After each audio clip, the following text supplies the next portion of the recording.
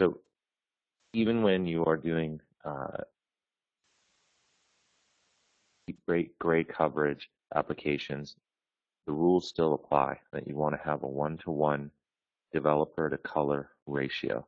Um, so the mixing ratio should not change.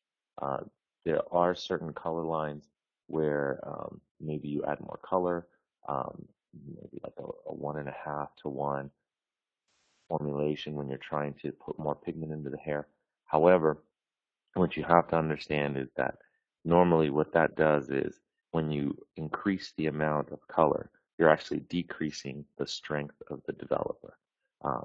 And a lot of times when it comes to uh, gray hair, as we'll learn later, we actually need the alkalinity and the power of the developer to open up that coarse gray hair.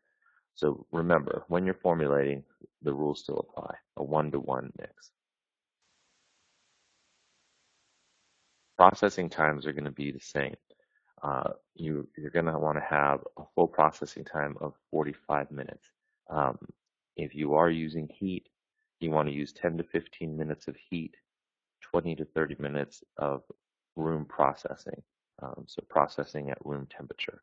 Now, the reason why you want to do this again, as you remember from previous classes, we have no stains in our dyes, so they're all oxidative. They need to grow inside the hair shaft 100%.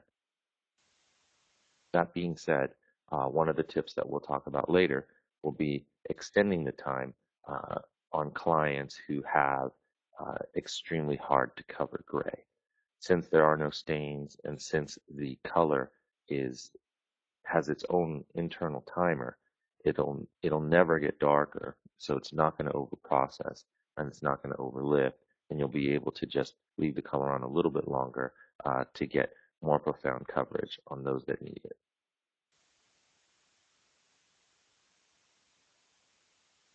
So the first thing we want to talk about is, why does hair turn gray?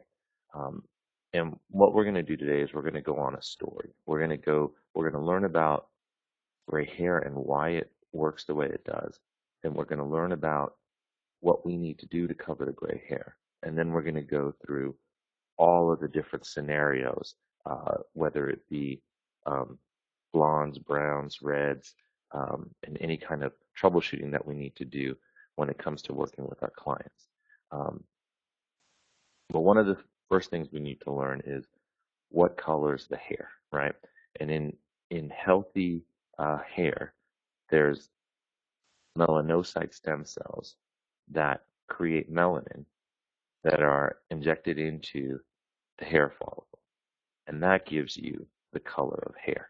Okay, um, and is that color is infused into the hair shaft as the hair is forming and coming out of the follicle.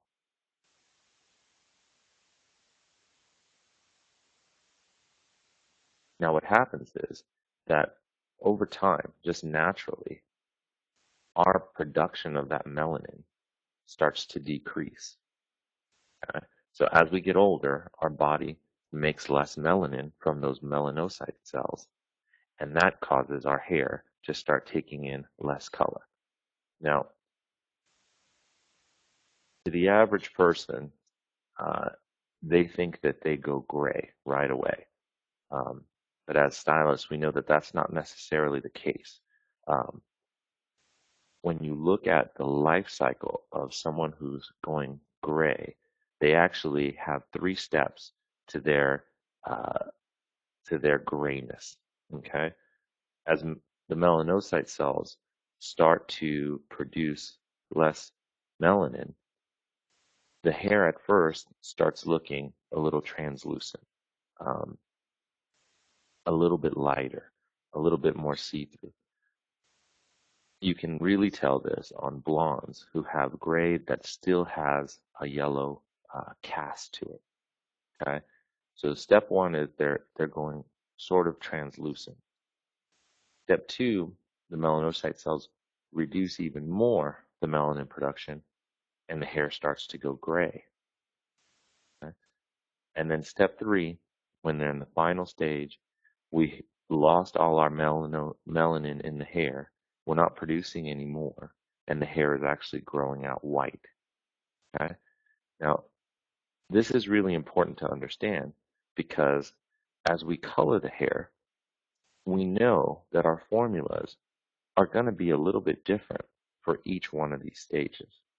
Because not only is it a different base color that's on that hair from translucent to gray to white, but also as the melanin production reduces, the texture and wave of the hair is changing as well.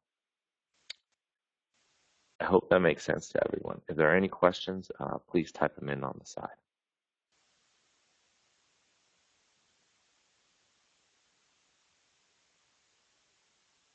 Now, the next thing we need to take a look at is how does hair grow? Okay, it's regular hair. There's 3 stages again of natural hair growth, and each one lasts a certain amount of time. And we'll learn why this is important in a second. Okay, the first stage and the growing stage is called the anagen phase, and it takes anywhere from 2 to 7 years in a growth cycle per hair strand. So when one hair strand starts growing, it starts growing and it's growing for 2 to 7 years, depending on the person. Okay. Once the anagen stage is over, the catagen stage starts. And this is a transitional phase, and you'll see that in the second picture. It lasts about 10 to 20 days. And what starts to happen is the hair is no longer growing. It's just it's stopped. It's just there. After those 10 to 20 days, the third stage starts, which is the telogen phase. And it's the resting part of the hair and also the dying part of the hair. And this will last anywhere from 30 to 40 days. And in those 30 to 40 days, then that hair dies and the whole process starts all over again. Why is this important? Okay. The reason why you want to remember this is because our clients are going through this cycle in their hair growth every day, whether they have colored hair or natural hair or gray hair. They're always going through these steps. So not only are they going through this 3 steps of graying, they're also growing through the 3 steps of growth. And here's the big news. Each individual hair cycle is going through this at its own pace. So you could have gray hair in the hair that is at the beginning of its anagen phase and is growing very quickly. And you could have gray hair that has just stopped growing or is starting to stop growing. And what this does is this plays into how you handle formulations for your customers who are going through both of these cycles. And that's everyone.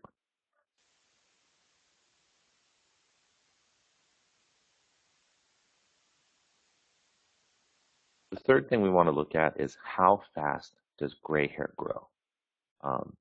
There are myths that say that gray hair grows faster. There are myths that say that gray hair grows slower. By and large, gray hair will grow at the same rate as regular hair. Okay? And what you have in front of you is a little chart that shows you how much growth is actually happening. And what you want to remember is that after 1 month, you will have about a half an inch of regrowth on the hair. Okay. Now that half an inch it doesn't go 29 days without growing and then on the 30th day turn into a half an inch, right? That's growing that's happening little by little at about 0.016 inches per day. Okay. So after 2 weeks, you've got hair that's grown in about 1/4 of an inch, and that's gray hair as well. So throughout all of this, we need to educate our customers that when it comes to gray hair, uh, it's still growing. So regardless of uh, the formulas that we use, we still have to take into account the fact that hair is naturally going to grow.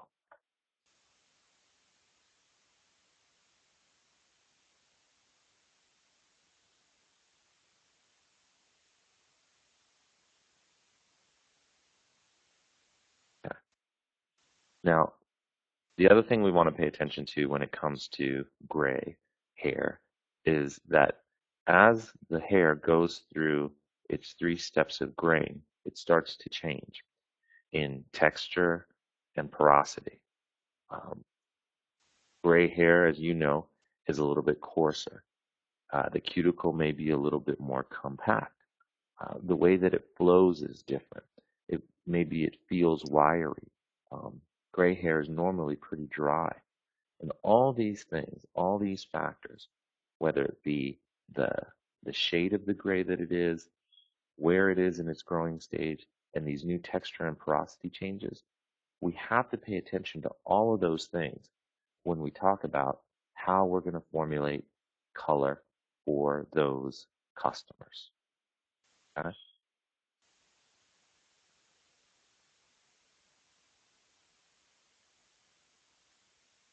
Now, there are certain factors that uh, we can take into account when we're promoting healthy hair growth. Okay, and these same factors play into how often your clients may need to come in to do their retouches. You know, it's understood normally that summer weather better hair growth, and there's a lot of different reasons for it. Um, in reality, it's not really summer weather, but it's the availability to different things. So vitamins that you get from the sun, healthier diets because certain fruits and vegetables are available during those months, and the vitamins that people take in uh, through through different kinds of fruits or through supplements can help in the production of new hair or hair growing. Now, what that means for us is that as our clients get healthier, then their hair starts to grow better and at a better rate. And one of the things I think that we run into is that clients normally who request a zero ammonia product or a zero PPD type of product, they're looking at other things in their life that has them making better choices in what they take into their bodies as well. And all that put together is a good scenario for healthy hair growth. That said, as stylists, we need to look at that and figure into our cycle that our client's hair is going to be growing out at a better rate than normal. And many of you may have noticed that when switching over to tincture, your client's hair seems to grow a little bit faster. And it's not necessarily that it's growing faster, it's just that we're not slowing the natural rate of the hair by damaging or irritating the scalp. So since there is none of that irritation, your client's hair is growing a little bit faster. That's going to cause your clients so maybe you need to move up their retouches maybe a week. If they're going 6 weeks, maybe they need to go for every 4 or 5 weeks. 4 or 5 weeks though, that should be the typical regrowth touch-up timing.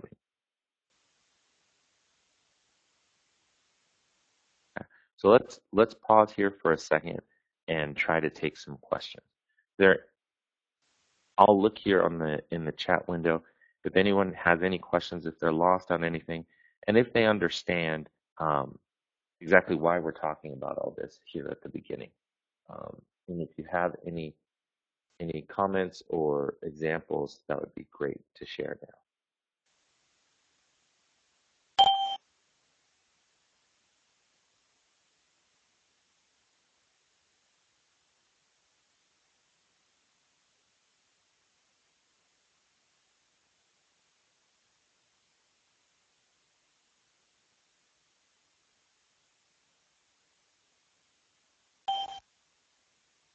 Okay,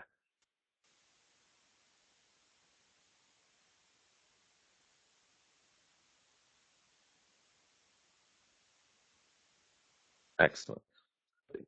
Casey, great question. So we're going to talk about heat in a few slides, but that's really smart because you're thinking in the right direction. Um, and that's exactly what, as colorists, we need to do, a step in in a positive direction. We're going from um, thinking as stylists to actually looking at all of our factors on our client's head and becoming colorists. Because at a certain point, you're absolutely right. You will need to make a decision that you need to use heat in order to help it to cover. Because one of these other factors that we just talked about is causing, difficulty in coverage. Now, let's talk about noticeability of gray hair. Okay. In our blonde clients, it is going to be a little bit harder to notice the regrowth, especially in our pale blondes, because a lot of the times the gray, especially if it's in the translucent stage, it's going to blend in. Um, and it isn't until they get to the all gray or the white stage that it starts to be very noticeable. Now, on the other hand, our friends with darker hair that have a lot of uh, melanin production that starts to slow down, even when it starts to look translucent, you'll start to see that gray hair more and more often. So think about it this way too. When you have clients, if you've had clients in the past, regardless of the color line that you were using, uh, come back and say, maybe 2 weeks into it, 2 weeks after their color service, come back and say, well, the color is not holding at my roots. I can already see my gray, right? As stylists, with the information that we have and that we've touched on this morning, we can understand that at 2 weeks, that hair has already grown out to about a quarter of an inch. So if we see about a quarter of an inch of regrowth on there, um, we know the color is holding. It's just your hair is growing. Now, if we start to see that there's uh, a quarter of an inch of regrowth that's gray, and then quarter of an inch after that that has some fadage, and then solid color, then we can diagnose that there's something going on that's making it difficult for us to cover the gray 100%. The color may still be there and it may look a little translucent. However, that's probably due to something that we need to change in our formula the next time we come around.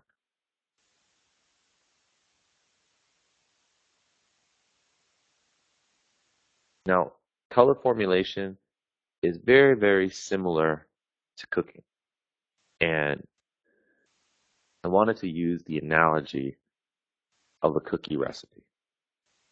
And I think that, all of us have probably tried to make cookies.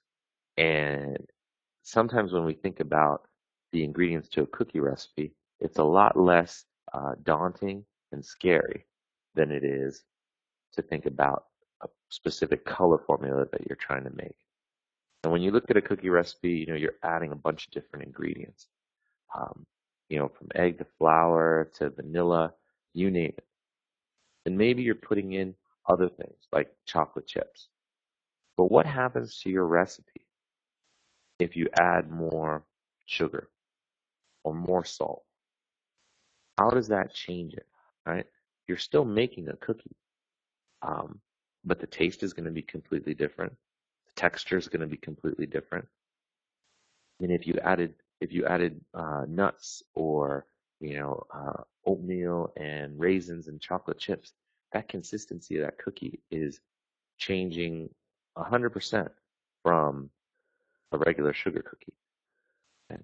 But your own recipe is what's going to make that cookie yours, and your own formulas is what's going to set you apart from everyone else.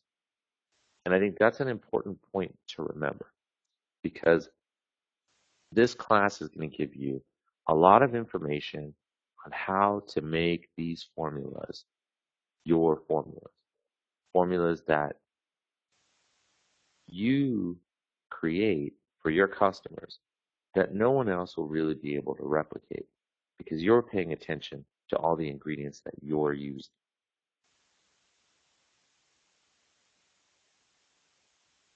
Now, when we talk about our ingredients for our ingredients for our formulas really rely around the color wheel.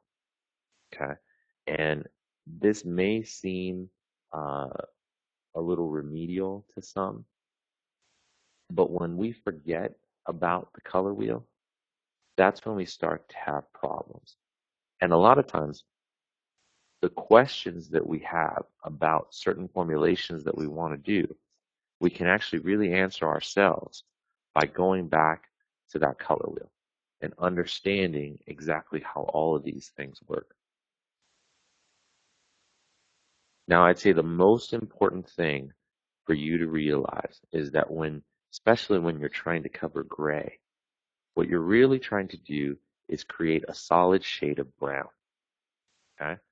Um, if you don't create a solid shade of brown, then your formula may create a translucent shade of brown, right? Or you may create an off brown, a different color altogether. But what you want to remember is very, very simple. It doesn't change from finger paints when you were a kid to hair color today. If you have blue, red, and yellow, you will make brown. Okay? Now, we've got 100 different shades of color that are available to us, right? Uh, so it's not like we just have blue, red, and yellow. We have all these different tones that are available when you're using hair color. But the same rules still apply, okay? Because blue and red mixed together makes a violet. And a violet plus a yellow makes a brown.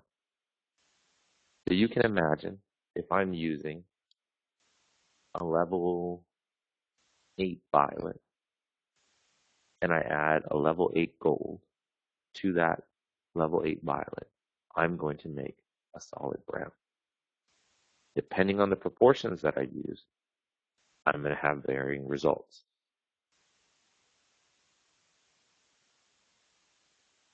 In the same way, I could get to that brown with a completely different formulation.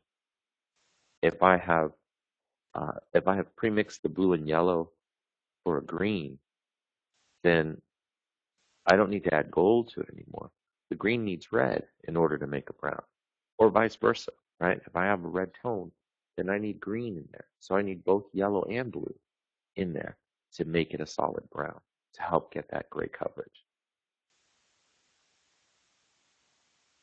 as well as copper and blue to make brown. How do I make copper? By using red and yellow.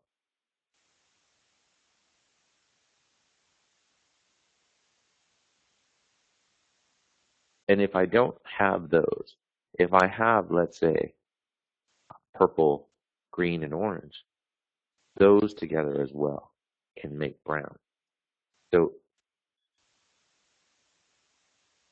don't be scared of the color wheel or scared of all the numbers that are in there because at the end of the day, all those numbers just relate to a certain shade that's on the color wheel.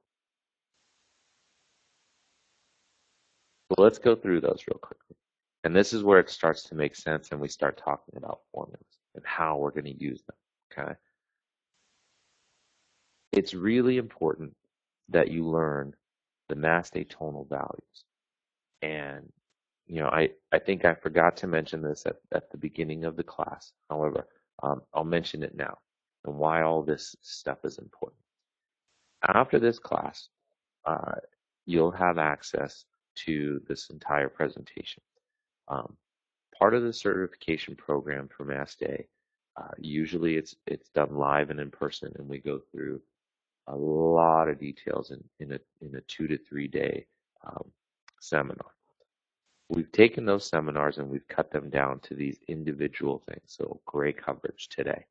Um, you will be able to sign up to take a test uh, to get your certification started. So what you will do is you'll receive a questionnaire with test questions that you need to answer that relate to this. Once you have completed that test and passed with 100%, then you can move on to the next certification module, and that will allow you to build up all your modules so then you can receive a certification for yourself and for your salon on how to use the color. At the end of the day, more important than the piece of paper is the fact that you will know how to troubleshoot uh, every kind of scenario that comes into play. And the reason why you'll know it is because of all this basic information that we delve into. So, um, getting back to the Mastey tonal values, okay? When you look at your color swatch book, you'll see numbers running across the top of the book. And those are all the tones of the color, okay? Um, we have our point O's, which are our naturals. We have our double naturals, our ashes, our platinums, our golds, coppers, mahoganies, red, the deep blues, and the tobaccos. Now that's not different from any other color line. Every color line is going to have that. Um, what you have to pay attention to is what the value of the color value, the base value of what those tones are, because that makes the entire difference on everything that you're doing, whether it be gray coverage, lifting, depositing, tint backs. You need to know what all these numbers, what they mean. So let's look at them on the right, okay? And this will be good to go over as well in the next few slides. Our point zero is a pale violet base, right? Um, Very important to understand that. We are cool. On your book, it'll say cool um, because we are a cool neutral, okay? Um, but the base of it will be a pale violet. Our point zero zero is a violet and gold base. And we'll dissect that in a second so that you understand why. Um, our point one, our ash, is a blue base. That one's probably one of the most important to remember because coming from traditional colors, we're used to ash being green. Um, problem with green ashes are that they look muddy. They don't look natural. Um, our ash is a blue-based ash. So what that means is if we're trying to counteract a red, our ash is not going to be strong enough to do it on its own. So we have formulations that you'll learn about later to be able to counteract that. Our point two is violet. And violet for all of you is, of course, it's purple, right? Our point three is yellow. Our point four is orange. Our point five, which we call mahogany, is like a reddish brown, right? So it has red, blue, and yellow, but a little more red. It's like that cookie recipe, right? We're adding a little more red into that reddish brown to give us that mahogany. Our point six is red. Our point 07 is a deep blue. And our point nine tobacco is actually a mixture of all those tertiary colors, so purple, orange, and green. So yes, it has red, yes, it has blue, and yes, it has yellow, but it's in all different proportions to give it uh, a, a different and distinctive look. Now, when you break down these tones, we have cool tones, which are our point 0, our point 00, our point 1s, and our point 2s. We have our warm tones, which are our gold, our copper, our mahogany, and our reds, so point 0.3, point 0.4, point 0.5, and point 0.6. And we have special tones. Our point 0.07 is like a deep natural blue, and our point 0.9 being our tobacco. Now, if you have your color book, you can take a look at those. And when you come back to this section of the presentation, when you're going over it before your test, pay attention to how we take these tones and we're able to pre-mix them for you to make other shades. So, for example, we have a 0.34 shade. That 0.34 is gold and copper, and we call it chocolate. And we have levels or shades that are available in different levels in that 0.34. And that's how we premix all of these tones. So going back to our previous class, you learned that Mastey tincture has no stain dyes in the color. They're all oxidative dyes. So in order to make all of these extra tones, none of them have stains in them to make the color that way or to cover gray or anything like that. All it is these natural tones mixed together to make new ones. If anyone has any questions, please feel free to type it in. Thank you.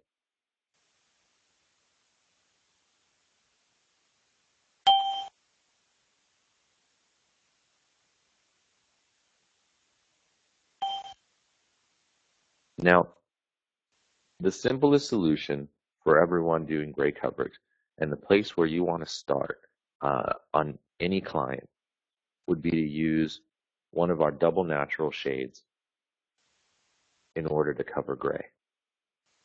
So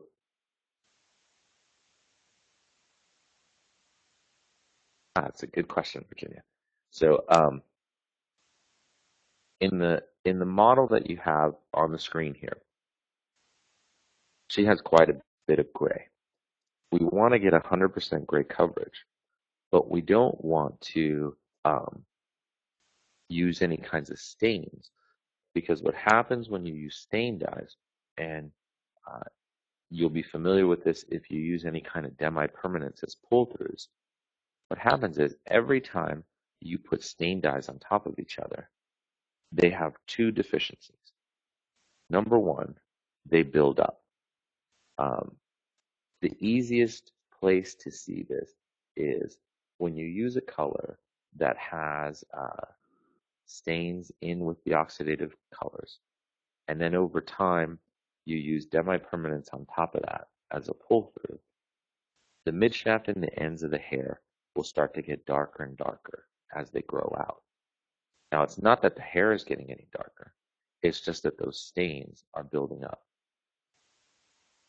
At the same time, when it comes to gray coverage, and you'll notice this mostly in red shades by color lines that use both oxidative and direct dyes or stain dyes in their formula, the colors will have a tendency to fade off tone. So they'll look a very pretty red when they leave the salon. However, over time, that hair fades to an orange, right? The reason why that's happening is because the stains will fade at a faster rate than the oxidative dyes that are in the hair shaft. So the stain dyes just stay right there at the entrance of the cuticle. And so shampooing, everyday environmental stuff will take its toll on those stains a lot faster than it will on oxidative color. So color manufacturers have a choice, right? We can make a color that has both oxidative and stain dyes in it, and that's going to be easier for, let's say, the stylist to formulate because they have a lot of coverage action going on with those stains that helps them to cover gray easier. However, it causes those two problems for them. Buildup and darkening of the hair as it gets longer, as well as fadage that goes off tone. Okay.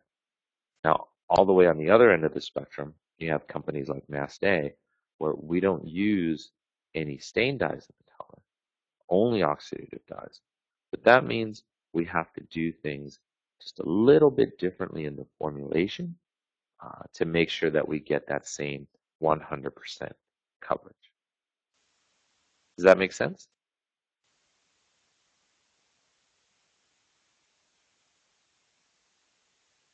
Let's take a look at what a double natural formula looks like. Okay, you'll notice that as we go through these formulas, you'll see 20 volume as the developer that we're using. At the end of the presentation, we'll talk about how that changes as we start to formulate different things and we have different issues or problems based on all that information we learned at the beginning when it comes to the texture and porosity of the hair. But for now, think about this. This formula is 5.00 and 20 volume. What exactly is that? Okay, let's break down the 5.00 so we learn exactly what's going in that. So 5.00 is really all it is here at the factory, we have pre-mixed a gray coverage formula for you. There are no stain dyes, there are no PPDs, there are no PTDs. All we've done is we've done the colorist work for you. We've taken a percentage of 5.0, which is violet, percentage of 4.0, and a percentage of 5.3. Mix that together and put it in a bottle so you have all oxidative dyes that will cover the hair 100%. Okay? Now, when you look at the tonal bases of these 0.00s, this is why you'll learn that it's a violet gold base, because you have 1 part 5.0, 1 part 4.0. Those both have a violet base. And this is going to give this color, 5.00, a deeper or slightly darker look than a 5.0 because in there is actually that mixed level. And then we've gone in and we've added the 5.3 or the gold to that in one part as well. So it gives us violet plus yellow. And we know that when we mix violet and yellow, we get brown, which is what we're trying to get to, right? So a 0.00 has 2 parts violet, 1 part yellow. Violet is red and blue. So you have red, blue, and yellow, which is giving you your brown. Now this is a big breakdown, but that's really what we're doing every time you're formulating your own shades, right? That's why when you pick a certain color with a certain developer and add a certain secondary tone color, it's going to give you that vibrant red or that deep brown. If you don't think about it in these terms, then you're just throwing ingredients into a bowl.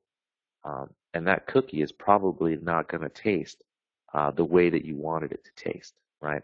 So remember, with gray coverage, you're trying to make, even in your mahoganies, even in your deep reds, you're still trying to make a certain shade of brown that's going to cover that hair.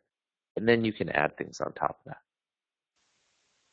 Now, adding things on top is what makes the colors different for you. That's when you really start to make your own recipes, right? That's what makes you different to your client. Now, the next step after using just double naturals, when you want to start making your own shades to cover, you want to make sure that you still are using the double natural in the formula so that you can get the brown gray coverage that you like. And then you can add a secondary tone to get the tone and the vibrancy that you like. For example, one of my favorite combinations is using a chocolate with a double natural. What that's going to do is it's going to give me 100% gray coverage, but it's also going to give me a nice, beautiful chocolate tone to the color. So 5.00 plus 5.34 is going to give me a chocolate brown. Now let's look at that in more detail. Okay. Um, how much of each am I going to use, right? That's always the question, is how much of the neutral tone, how much of the secondary tone. And this is where my cooking makes me different, okay? Um, at the start, I may want to use 3/4 of the formula to be 0.00, to be a double natural, and 1/4 of the formula to be the tone that I want. So if I'm looking at a 2-ounce color mixture, I'm looking at 1.5 ounces of 5.00 plus a 1/2 ounce of 5.34. Okay, um, what that's going to do again, it's going to add a little bit of tone to that double natural. But what if I want more tone? What if I want uh, more chocolate? More chocolate chips in that cookie, right? Then I'm going to put more in. But I want to remember that my proportions are going to change. So I might move to a situation where I have half of the formula 0.00 and half of it in that secondary tone. So you're looking at 1 ounce of 5.00 and 1 ounce of 5.34. Now, those colors are going to be similar, but there's going to be uh, varying tonal value and varying gray coverage on that. So if I know that my customer has resistant gray hair, like very, very resistant, and I know it because I've been coloring her hair for 20 years and it's been the same, whatever color line I've tried, I'm going to err on the side of using a deeper coverage. And my formula for her is going to be 3/4 0.00 and 1/4 ounce of 5.34. Now, if I have another client, let's say Susie, and Susie, I can cover her gray pretty easily, but I still want to add that tone, I'm going to use 5.00, 5.34 in equal parts, and anywhere in between there for any of my clients. So if I want, this is really important, if I need more gray coverage in there, I'm going to use more of my 0.00. And if I want more tone in there, I'm going to use more of my secondary tone. I hope that makes sense. If anyone has questions, please go ahead. Now, this we'll run through these real quick because it's basically the same thing. If I want a cool ash brown, I'm doing 5.00 and 5.1. If I want a golden brown, I'm using 5.00 and 5.3. Now, if I'm looking for a green, remember, sometimes I may need a very ash color. And since our ashes are blue based, I'm not going to get the strength of the green that I need. So instead, I'll use an amplifier. Now, our amplifiers are pure tones. They have no level. All they are is the tonal value. So, for instance, and this is a good illustration. If I took someone and I bleached their hair white, and then I used one of our amplifiers, whether it be green, blue, purple, you name it, red, if I put that amplifier on top of that white hair, I would not get a solid color. I would get a see-through green, a see-through blue, a see-through purple, because there's absolutely no level in that color. So all we do is use it for tone. So for example, and I'll answer that one question in 1 second, Virginia. In this formulation, if I wanted to add a little bit of green to make, let's say, a double ash, right? What I would use is a 5.00 and then my 37 green amplifier. And I would do it in the same proportions, right? The more coverage I want, the more double natural I use. The more tone I want, the more I add 37 to it. So if I'm looking for deep coverage, I'm looking for 7/8 of the formula to be 0.00 and 1/8 of the formula to be the tone. Um, If I'm looking for more tonal value, I'm looking at 3/4 of the formula to be 0.00 and 1/4 of the formula to be tone. Okay. Now, when using amplifiers, um, you can go up to half and half, but I would warn you to be careful because as you add more of a tone, that tone becomes very intense. So, a great place to use this kind of formulation, not having to do with gray coverage, would be in your reds, right? If you wanted a very rich and vibrant red, you can add up to half of the formula to be this red tone into a red shade, and then also use the red underlying pigment, and you're going to get a great red color. Um, Now, when you're doing gray coverage, again, you want to remember your double naturals and just a little bit for tone. And we'll talk about reds in a second because they're a completely different animal. Now, Virginia's question is a good one. Do you need at least 2 parts of 0.00 to achieve the gray coverage? And again, you want to, it's going to be dependent on your customer.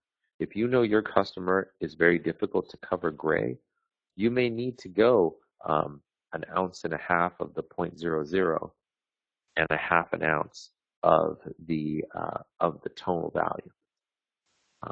So it just depends, and it can vary in there based on exactly what you're trying to do. So the more tonal value, the more tone you're going to get. The more 00, the more coverage you're going to get. And that's going to depend on how hard it is to cover your client.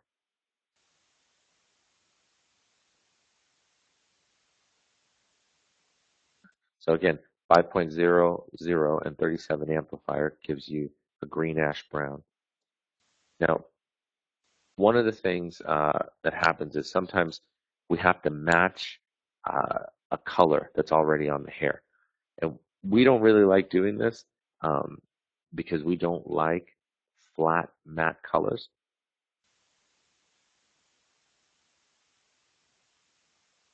However, when it comes to uh, trying to match those colors, like trying to match the darker ends on there, one of the simplest ways that you can do it, we do recommend you use a strand test, um, but you can do, let's say, a 5.00 and a 4.0.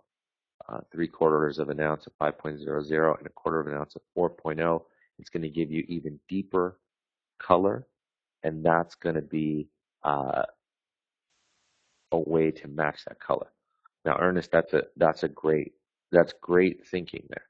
Now, what if you want a little bit of a warmer tone? You can go in there with 5.00 and the 4.3, and that's going to give you a little bit of a warmer tone. But it's really going to depend on what you're trying to match. Okay. If you do have a client that 100% gray, right, or 100% white, one of the techniques that you can do is to shoot one level lower than what you're actually trying to get to.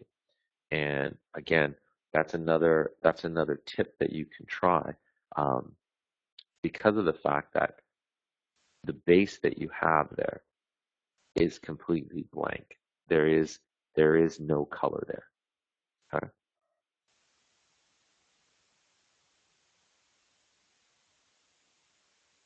Now we've covered the ways to get complete coverage. Okay, and so I want to, before we go into when we go into troubleshooting, we'll learn a lot about the different things that you can do. But for right now, you want to remember that the two most important things are uh, using your 0.00s, and then if you need to add tone, adding some kind of tonal value to it. Okay, that's going to give you 100% coverage, depending on the proportion of each color that you put in. Now, sometimes especially with our blonde clients. Since we learned earlier, it's harder to see that gray, especially when it's in the translucent stage or the beginning graying stages. It's harder to see those gray hairs. One of the things that we can do is we could create a color wash on the hair, on that gray, to make it look more like highlights in the hair. Again, this is personal choice for the customer and for the stylist. If you are looking to do something like that, this would be a way to achieve that. Now, one of the things that you can do is select 1 to 2 levels lighter than the existing hair color. Okay, and this is opposite to something we're going to learn a little bit later. However, this basically is making a color wash to wash the gray with a tonal value and just a little bit of pigment to make it look more like highlights. You're going to formulate this tone that you pick or the shade that you pick with 10 volume, and you're going to let it process for 25 to 30 minutes. Now remember, this formula is not to cover gray 100%. This formula is so that it will fade out over time and you won't see a definitive line between the colored hair and the gray hair growing out. So this is one that you can keep in your back pocket. Exactly, at least. This is like making a stain for the hair. Now, I'll show you in this example, it's like using, let's say the existing level is a level 7, and the target for the highlights are like a level 9. You can use a 9 beige and 10 volume, let it process for 25 to 30 minutes. Now you can achieve the same thing if you need a little bit more pigment in there by making a demi formula or the concept of a stain, as you said, Elise. And that scenario is 1 ounce of tincture, 2 ounces of color instantane, and 1 ounce of 20 volume. Okay. Now, what that looks like in a real formula is 1 ounce of 9.23, 2 ounces of 9.23, 1 ounce of 20 volume, and 30 minutes processing. And we'll learn a little bit about mixing instantane into our color at the end here. However, what you want to remember is by adding the instantane into that 20 volume, we're reducing the strength of that volume of that developer down to about a 7.5, which is what your demi-permanent formulas would take. Okay.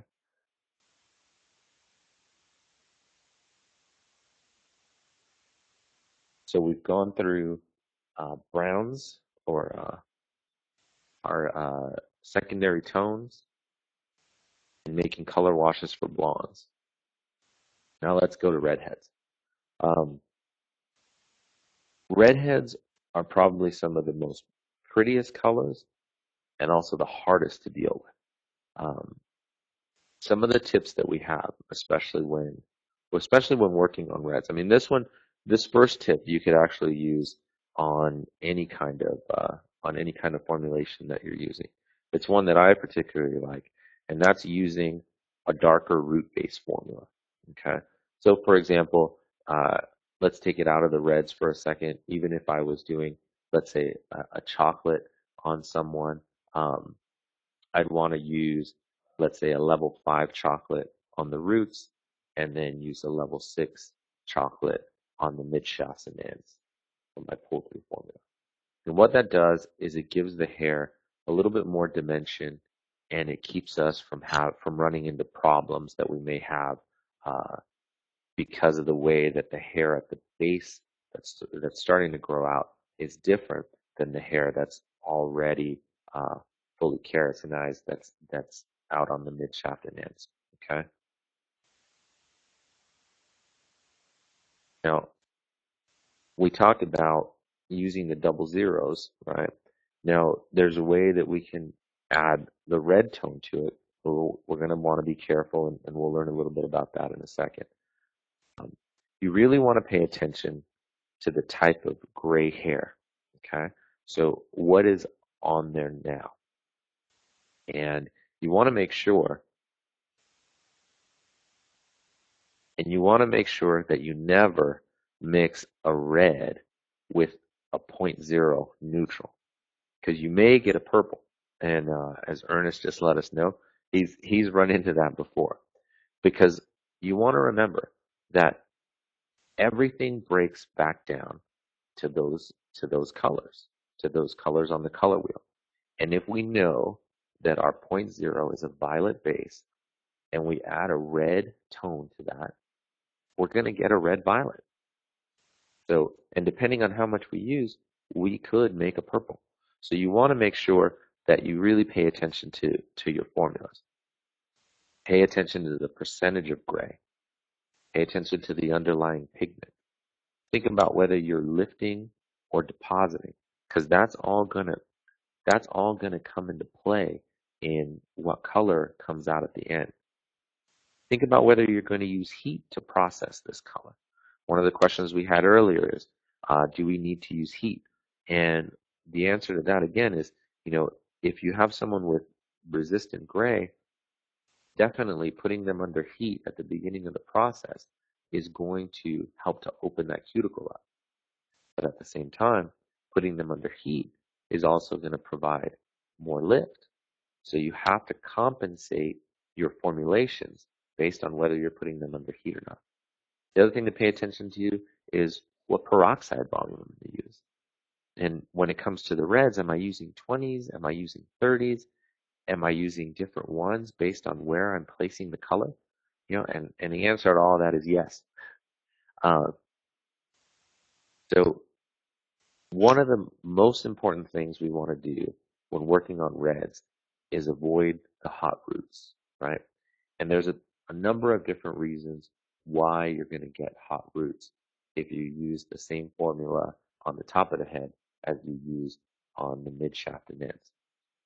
Number one, the new hair that is coming out of the scalp is in a different state than the hair that is already on the mid shaft and ends, and it's going to react differently. It's going to be easier to lift that hair at the scalp, okay, for a number of reasons.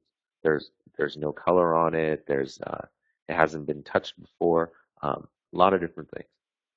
Also, adding heat is going to even lift it even faster.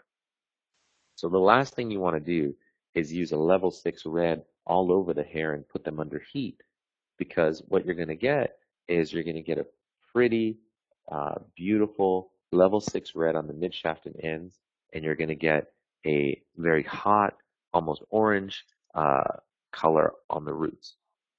So what we want to do is we want to use a darker formula on the root and then one level lighter when we're going for the mid shaft and the ends. Hope that all makes sense. And it's probably very similar to other things you guys have learned before. A lot of these laws, they don't change, right? It's always about the color wheel. Heat always does the same thing. It's very, very simple, but it's just knowing that color wheel so that you can figure out exactly what's going to happen.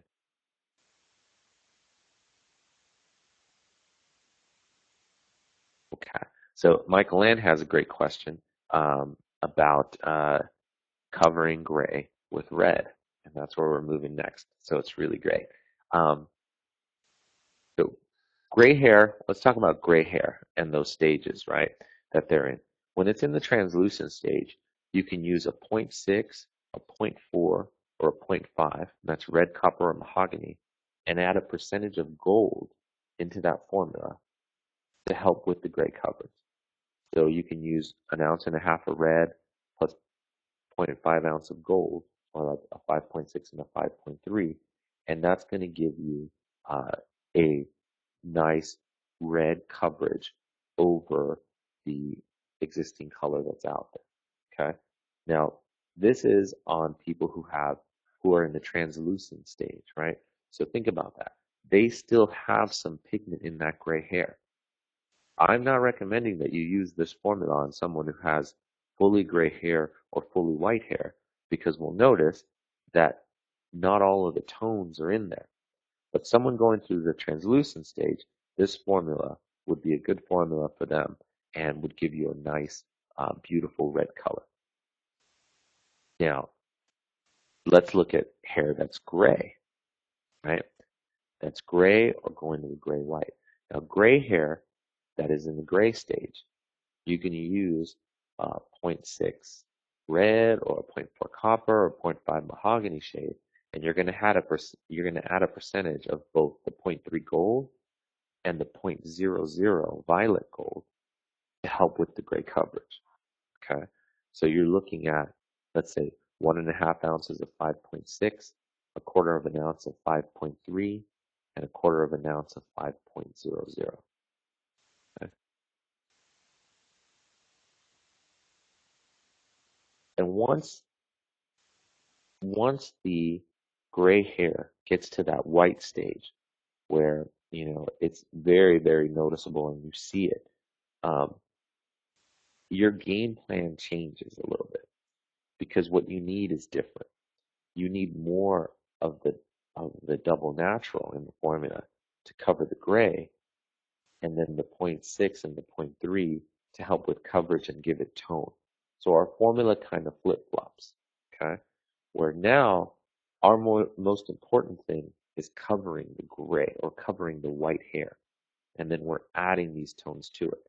So for example, you have just a half an ounce of the 5.6, a half an ounce of the pint of the zero point 0.5, and 1 ounce of the 5.00. So again, our number one concern is covering that white hair. So clients over 50% gray white hair, new growth formula. We're going to be looking at, let's say, for example, 2 ounces of 5.00, and then an ounce of 6.46, and an ounce of 6.4.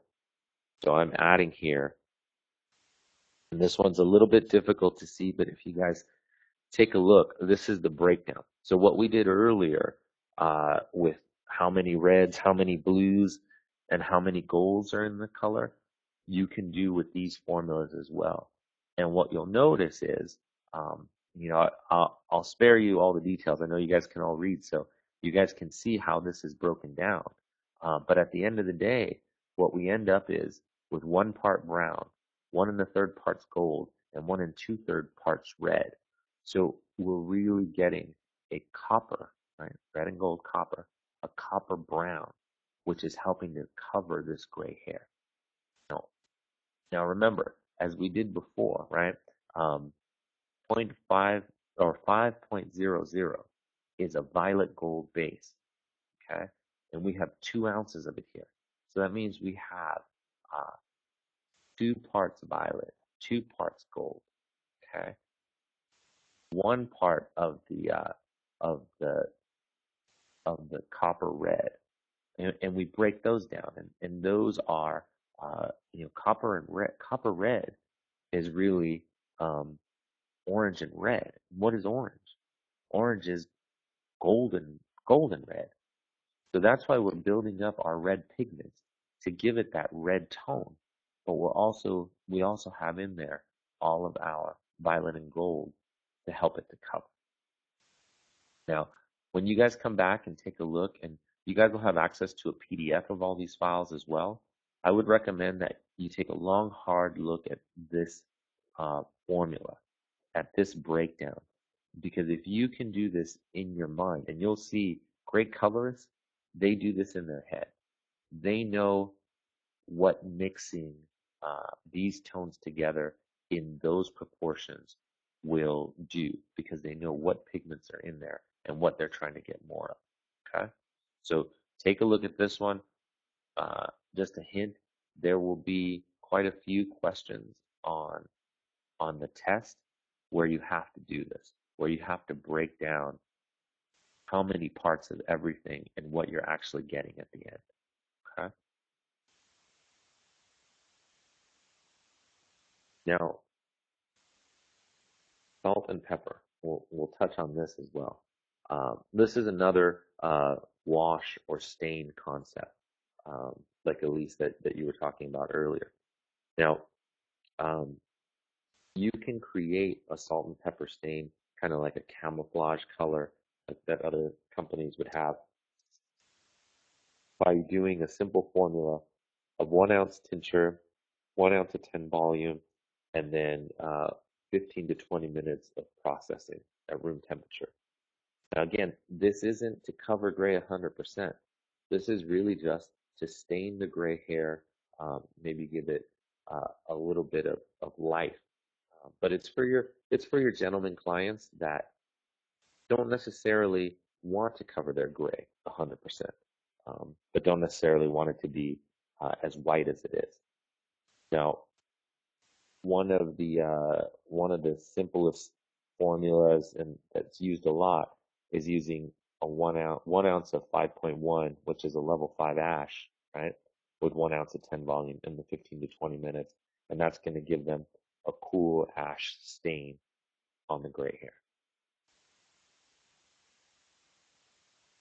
Now, the big question, we'll move on into peroxide, but if there's any questions, please feel free to type them in.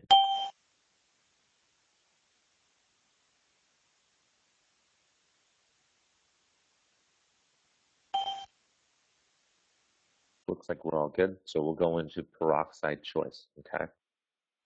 Now this is going to be dependent on your client. You've seen that all the formulas that we've had above or previous to this slide have had 20 volume as the peroxide choice, okay? 20 volume is your safe bet, where we recommend that everyone starts. So your gray coverage formulas, you should start with by using 20 volume. But we know as stylists that things in the salon are quite different, and all of our clients have different challenges, right? One of the things that we've learned from our stylists out there is that even different areas of the country will use different peroxides because that will give them the great coverage that they need. Now, in order to do this, they have to really pay attention again to their formulas. Now, we'll talk about the Midwest for a second. In the Midwest, um, we have a lot of salons that will use a 15 volume and sometimes, not too often, but sometimes even a 10 volume on their clients. And the reason why is because there are a lot of clients with with fine hair shafts. Okay, so we're not talking about thinning hair. We're talking about just the hair itself is a very fine texture. With a fine texture like that, you're not going to need all the power of the 20 volume um, to provide the coverage. And as we learned earlier, developer gives you lift. So if I don't need 20 and I'm trying to deposit on someone with a very fine cuticle, I'm better off going with a 10 or a 15 volume and I'm going to get that 100% coverage. Okay. Now that's on people with a really fine cuticle. Now that's 15 volume is very simple to make. It's 1 part 10 volume, 1 part 20 volume. Mix them together and add that to your color, and you've got a 15 volume. Now going the other way, you can do the same thing as well. And we'll talk about our Asian market in Japan, Taiwan, um, and also actually in the Hawaiian Islands. The cuticle of the customers that are in those markets is a lot coarser or a lot thicker. Um, Now we're not talking about how much hair is on the head, even though that also is a factor. We're talking about the hair strand itself, the thickness of that hair strand, the compactness of that cuticle. If it's very thick, if it's very coarse, if it's very tight, then we actually do need more power in the developer to be able to open that cuticle up. So um, now, with that said, by lifting our volume of developer, we're going to be lifting the color as well. So what we want to do is compensate for that by using a lower level in color. Um,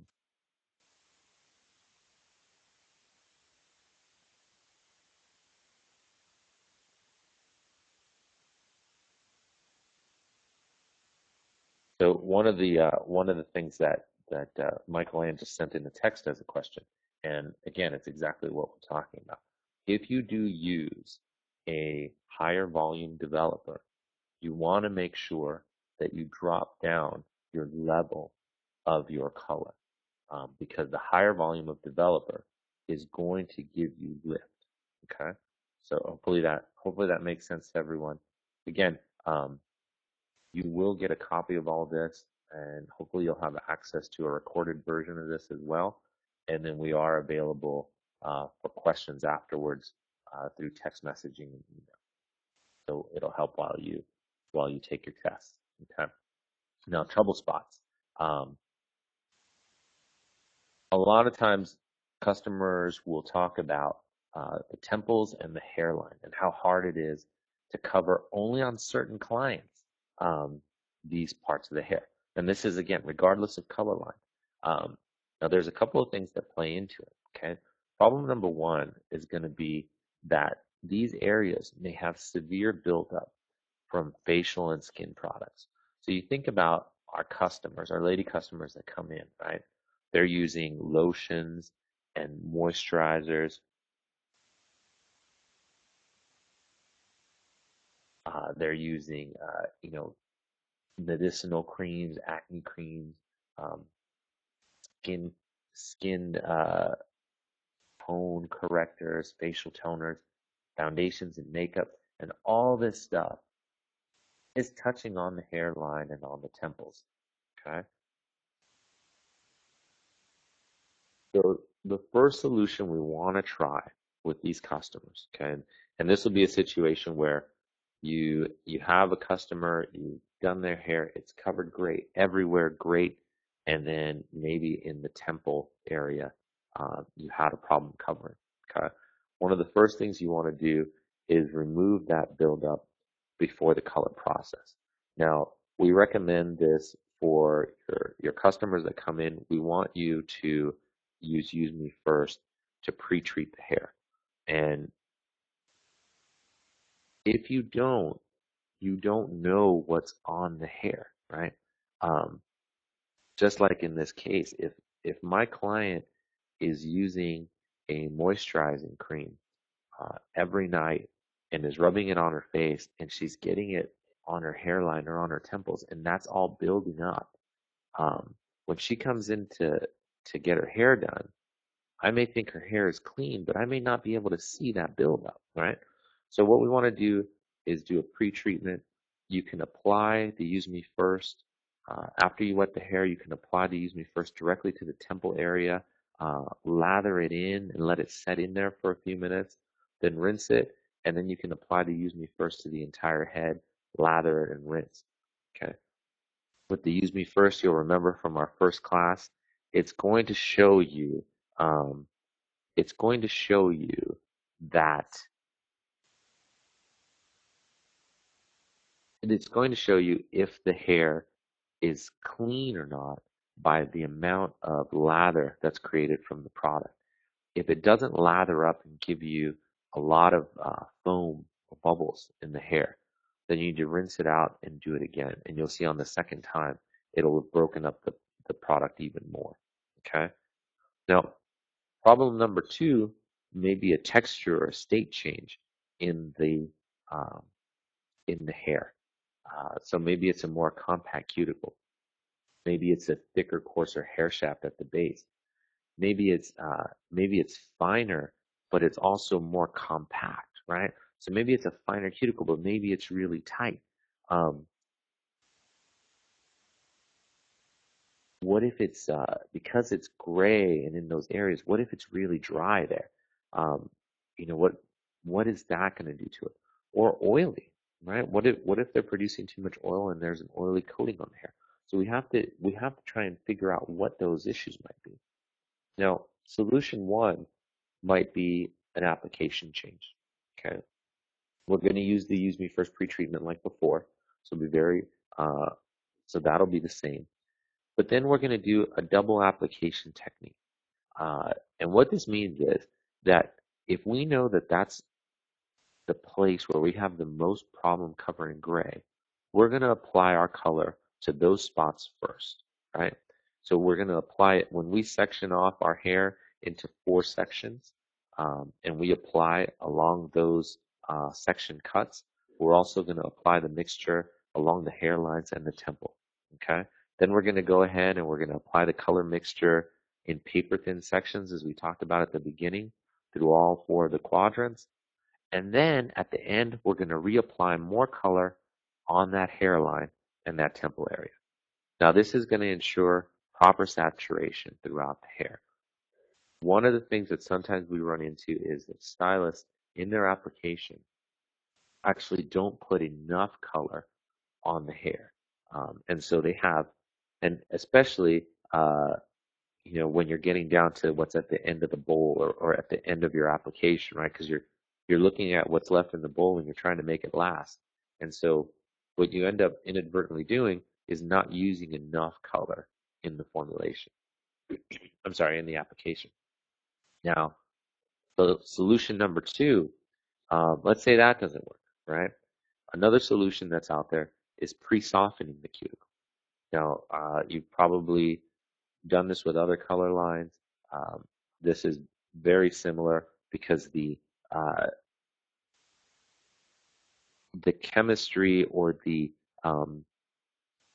reasoning behind it is the same, right? We're definitely going to use the Use Me First pre-treatment. We stress that's really important. Then maybe what we can use is the developer on its own to pre-soften that stubborn gray hair. So you can apply a little bit of the 20 volume developer to the stubborn gray areas, let it sit for a few minutes, then wipe it off, and then apply the color mixture, making sure to apply first to those stubborn areas. Now, again, as we go through these troubleshootings, I want to make sure that you guys understand this isn't what you're doing every time. These are just the different kinds of solutions that you might have to pull out of your hip pocket when you have a client that has some of these issues. And all these troubleshooting things are what makes you different than the stylist that doesn't understand why it's not covering, right? You've got it figured out. You know, tighter cuticle, white hair, it's growing, or it's dead, or what have you. What all those things, I've used my formula, I've used my color wheel. This is still happening. That means I need to figure out a way to open up that cuticle a little more. One of the things that I can do is I can pre-soften. One of the things that I can do is apply first. And exactly, at least, this is also where the growth stage comes into play. And this is really important in both ways, in application and also in how your client sees it. If, let's say, my hair, and remember, each strand has its own growth stage. So let's say I get my hair done. When I leave the salon, it's 100% fully covered. And then 2 weeks into it, I come back and see you. And some of my hair is still fully covered. And some of the hair has about 1/4 of an inch of regrowth that's gray. That doesn't mean that 1/4 of an inch faded. That means that 1/4 of an inch grew. And that those ones that are still 100% covered, they're not growing anymore. They're in their dying stage. And as we know, we lose on average, a healthy person loses 100 hair strands per day, right? So all this stuff is going on, and that's why these growth stages are important. So that's awesome, Elise. I'm glad you grabbed onto that one. Now, the other thing that we can do is, instead of pre-softening, we can pre-pigment the cuticle with color. Okay. Again, you can use the Use Me First pre-treatment, and then we apply a lower level color mixture to the stubborn area. We let that sit while we apply our regular desired formula throughout the hair, through all our 4 sections, and then we reapply the new desired formula on that stubborn gray area. And we make sure that we blend what's already on there and this new one that matches everything else together around the temples and around the hairline. And you want to remember, the temples and the hairline, is what your customer is going to see the most of. So you got to make sure that that's covered, and these troubleshooting tips will help you if it gets there. Proper moisture. Okay. Uh, One of the biggest problems that gray hair has is that it is dry, right? It's dry and it's rough. Um, the problem with that is that uh, properly moisturized hair actually holds on to color better than dry hair. Same thing. Healthy hair holds on to color better than damaged hair, right? So if gray hair, just by the fact that it has less melanin, that it has less moisture, that it has a coarser and more wiry consistency, right? That's very similar to damaged hair, right? And so we need to not only put in all the right colors, so red, blue, and yellow into that gray hair, but we also need to put in all the right nutrients into that hair so that it'll hold on to it longer. Um, Teresa, I see your question, but I am not sure what it's in reference to. Teresa's question is, I've done this in the past with color that has ammonia. How does it work with this color? If you're talking about the slide that we were just on, which was the pre-pigmenting, it works great. Yeah, the color filler portion. Now again, the reason why you did it with ammonia color and you can do it with this is because the laws of color don't change. Regardless of whether it's ammonia or non-ammonia color, all that stuff doesn't change. The point of the matter is you're trying to fill in with a darker shade and then come back and blend in your desired shade. And that's giving you more color pigments and more color molecules in there.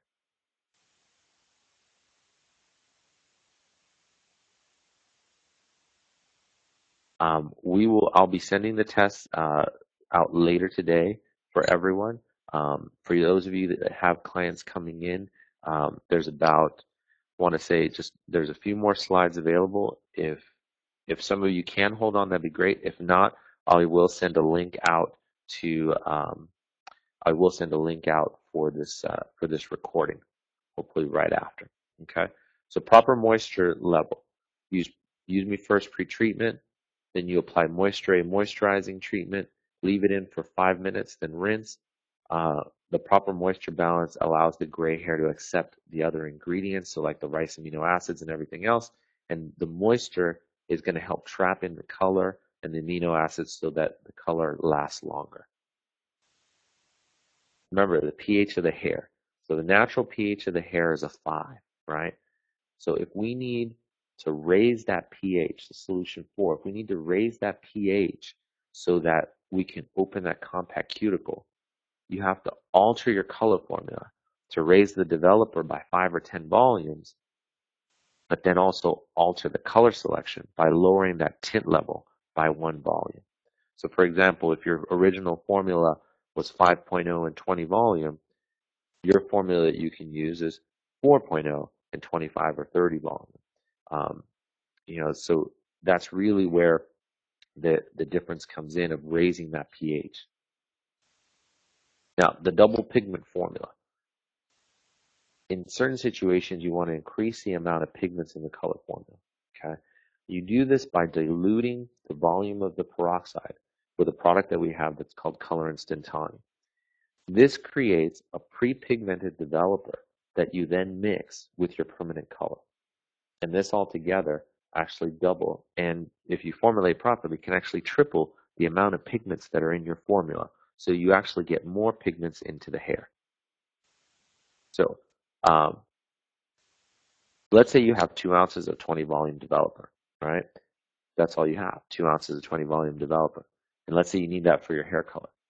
Now let's say you're out of 20 volume developer in the salon, and all you have is 40 volume. You can make 20 volume by mixing equal parts of 40 volume and distilled water. So for instance, 1 ounce of 40 volume hydrogen peroxide with 1 ounce of water will give you 2 ounces of 20 volume hydrogen peroxide. You see a lot of stylists that still do this. They mix their own developers. But what if we were able to mix that 40 volume with something else besides water. What if we were able to do it with something that had some kind of pigment in it that allowed it to help with my gray coverage? That's where color instantane comes into play. When you think of color instantane, think of it as an acid-base dye that is already oxidized molecules, so they're not going to grow. And think about it like this. Instantane will only react when there are permanent color molecules available for it to react with. So, taking that into account, if I have that 1 ounce of 40 volume, I could take 1 ounce of color instantane in my level 5.00 or 5.0, and I can mix those two together, and it's going to give me a 20 volume pre-pigmented developer. So I have now a 20 volume developer that's in my level 5, right? And then I'm going to take that and I'm going to mix that with 2 ounces of my 5.0 or my 5.00. If I'm doing gray coverage, think about these as 5.00s, right? And what I'm going to get is a formula that has double the amount of color pigments that are in the hair when it's applied. Now remember, we said tincture is an oxidative dye, right? Color instantane is an acidic dye. These act like color magnets, and they attach to each other just like magnets. So all the tincture molecules will attach themselves to, all the instantane molecules will attach themselves to the tincture molecules and provide more color pigments in the hair. This is going to give you longer lasting color, richer color. These are attached to the oxidative dyes, so there's not going to be any chance of it fading off tone. And the color instantane comes in all the same shades as the tincture does. So it's a wonderful tool to have when you're trying to add more pigments into the hair. At the same time, when you do your module on advanced color formulations, you'll see that instantane is also a tool that you can use to mix and make any kind of formulation that you can think of. But we'll save that for another class. Now, final tips. Now, Casey has a question, and let me go back. Her question is, using these together, does it make the color a permanent or a demi-permanent? Now, here's the thing.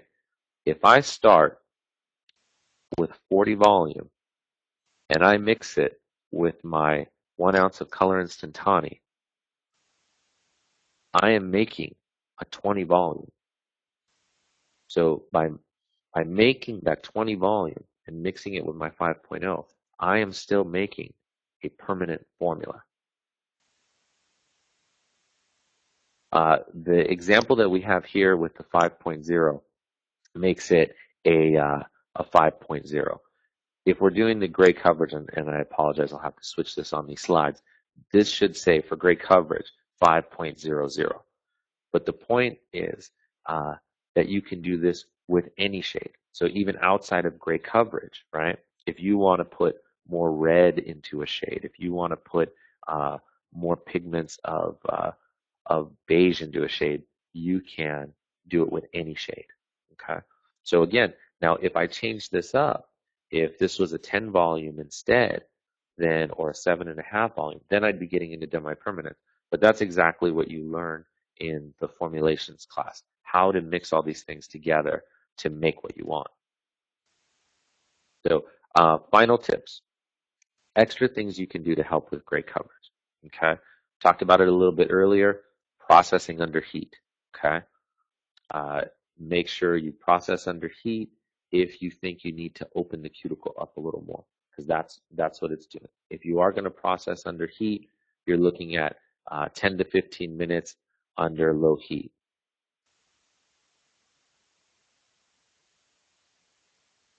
Now, one of the questions that I got over the text message is, how do you know when to use these different kinds of formulas? I think what you can do is, uh, on your own time, you can go back through these and you can see how they gradually step up. So normally, you're going to be okay with using a 5.00 and your 20 volume to do your gray coverage. Um, if you want to add tone, you can use 5.00 and your secondary tone with 20 volume, and you're going to be okay. It's going to be fine. It's just when you start running into issues specific to certain clients that you have to decipher. And these formulas that we've talked about today are your toolkit. So depending on the client, one will have one solution and one will have a different one. But it really depends on what you have in front of you in the chair. And having this knowledge in your mind and having these tips in your back pocket make you a much more marketable and valuable stylist to your customers. Now, next tip, extending the timing of the color process. We talked about this a little bit at the beginning as well. Normal color processing, 45 minutes, okay? We do have some stylists that when they have extremely hard to cover gray, they leave the color on for 55 minutes. And it's just making sure that everything gets processed out fully through and they get the result that they're looking for. There may be situations where you may need to do that. Making sure to properly saturate the hair and using enough product. We talked about this before as well. Don't wipe the product off. Make sure that you get enough on there. And if there are problem areas, make sure you hit those twice. Double up on the temples and the hairline. Do them first and then come back at the end some more. The scoring technique when applying the color. Now, you learn about this in your first class. Our friends out in Albuquerque who are on this call and our friends out in Portland who are on this call, you learned this in the first class that we did with you guys, that you want to apply the color with a little bit of a rougher hand and across the grain at the base when you're working on resistant gray coverage, and you want to use very, very thin paper thin, small sections, and that's going to help you a lot. The repairing treatment system, we walk through this as well. Proper preparation, a clean canvas. When you look at this slide up here, that's what the lather should look like when you use Me First. And this is your first step to making sure that you get the coverage that you need. I mean, it's a quick step. It takes about 3 minutes to do, but it makes the world of difference when you know exactly what is on the hair. Questions that we get after this is, well, do I need to dry the hair after I wash it? Can I apply on wet hair? And what we want you to do is we want you to towel dry the hair. We want you to make sure that it's not soaking wet, but towel dry is perfectly fine. And you're going to get a couple of benefits out of it. One, it's going to be a lot easier to section through that hair in thin sections when the hair is a little bit damp, okay? Number two, you're going to know for sure that that hair has no more buildup on it. And since you've taken the precaution to double up on the hairline and the temples, you're going to make sure that if you were having a problem client covering gray there, that it's going to be able to cover very, very well, okay? Secondly, just a mental reminder for you. When you have a sponge, let's say you go to the store and you buy a sponge and you take it out of the packet and you try and clean up a spill with it, it's very hard for that sponge to pick up that spill. A lot of what it'll do is it'll push the water along the counter, um, you know, but if you take that same sponge and after you open it, you put it in the water, in the running water in the sink, and you wring it out, and it's still kind of damp, and you take that and you try and pick up the water on the counter, it's going to pick up a lot easier. And again, it's that same thought that when you apply the color, as long as it's not soaking wet, okay, we're talking about towel dried hair, you're not going to get any kind of variation in color. You're not going to get any dilution or anything like that, and you'll actually have a better experience applying the color. Does it need to go on wet hair? No. You can do it on dry hair as well. Again, this is just another final tip. Use Me First is color safe. It's not going to pull out color. It doesn't open the cuticle up. All it does is attach itself to the buildup and washes right off. Okay, so you can actually even sell Use Me First as a retail product to your clients to use at home to help their hair color to last longer if they are swimmers or they have well water or hard water, a lot of mineral in the water that they use to wash their hair in. They would want to use the Use Me First a couple of times a week to make sure to get all that buildup off. Again, it's not going to strip the color. It'll actually help to protect it. If hair is extremely damaged, you want to repair it by using Super Pack and Moisture A. We talked a little bit about Moisture A, using that in your before your gray coverage formulations to bring moisture balance back to the hair. The entire system. If you have clients with damaged hair, you can help rebuild with the Super Pack as well. And that will be it. Thanks very much for joining us. This is, we hope that you had a great experience. You should get a questionnaire to let us know what you felt about the presentation, what we can do better. Please, if you think that we should change things, let us know. We're not sensitive. We really just want to make sure that we have the best possible thing out there. And if you have any questions now, I'm perfectly happy to stay on as long as you guys would like. For those of you guys that need to drop off, completely understand. We will send an email out and we'll post on Facebook just in case emails sometimes don't get there. We like to post things now on Facebook just to make sure that everybody has it. So check our Facebook page and then make sure that you get a copy of this. If you'd like to take the test, please email me. It's erick@mastey.com, and I will send you a copy of the test. In order to progress through, you need to get 100% on the test, but we're about learning. So if you don't get 100% on the test the first time through, that's perfectly fine. Hardly anybody ever does. But we can go through together so that we get all of this knowledge for everyone so that we all know how to solve these problems that we face every day in the salon. Thank you guys from Albuquerque, from Denver, from Cape Cod, everyone out there. We've got people from all over, out in Portland. So thank you very much, guys.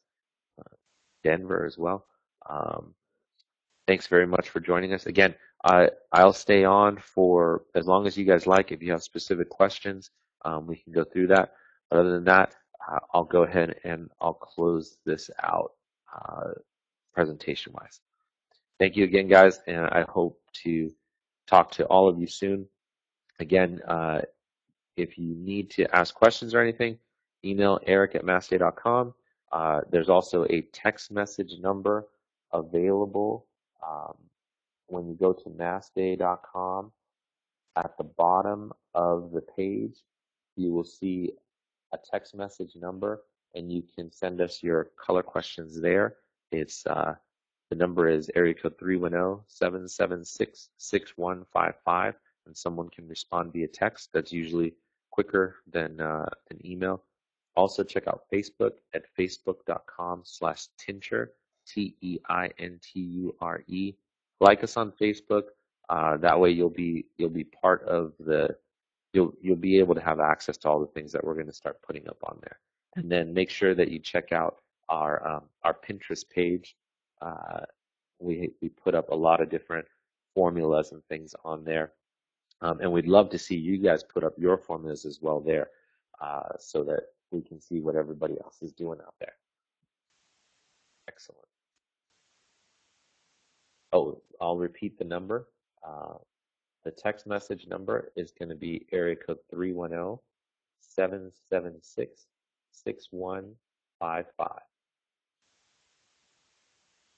And we're looking forward to the next class as well. You guys have been great. Thanks again.